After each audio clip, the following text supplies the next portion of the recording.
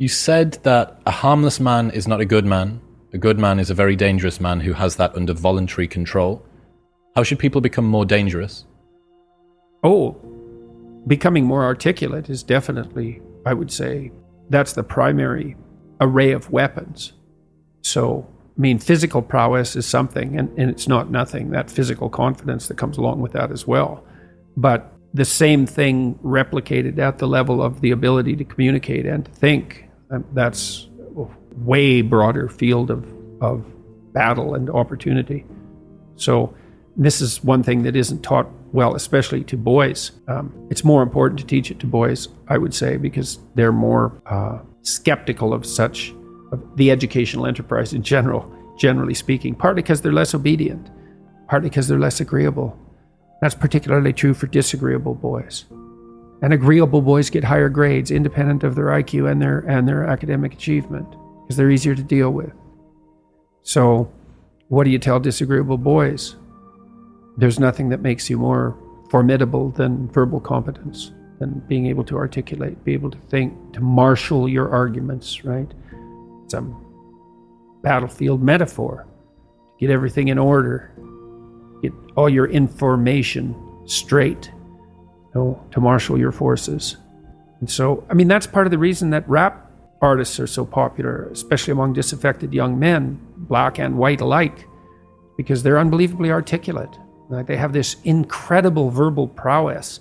It's unbelievably attractive, and it's associated with genuine artistic and redemptive activity, often focusing on something that's approximately the voice of the underclass, let's say, but a powerful voice, right? And it's interesting to see how many young white guys identify with that.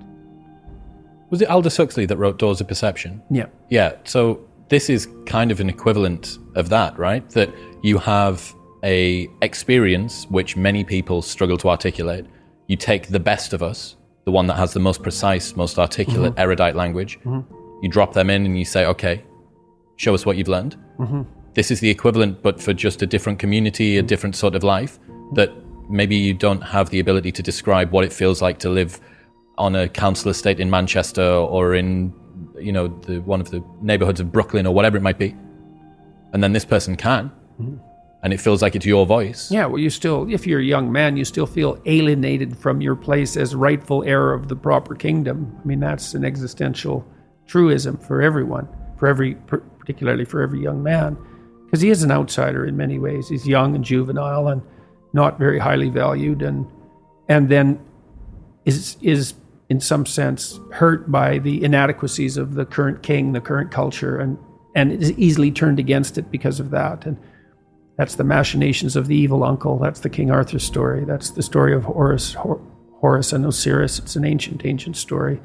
It's the story of Sauron, and it's there all the time. And you see in rap music, in hip hop, all of that alienation being given an articulated voice in an artistic sense. And that's a good example of the power of verbal facility. And that's the route to, let's say, marketing education to young men. It's like, you want to take your rightful place in the kingdom? It's like, get your tongue straight, man.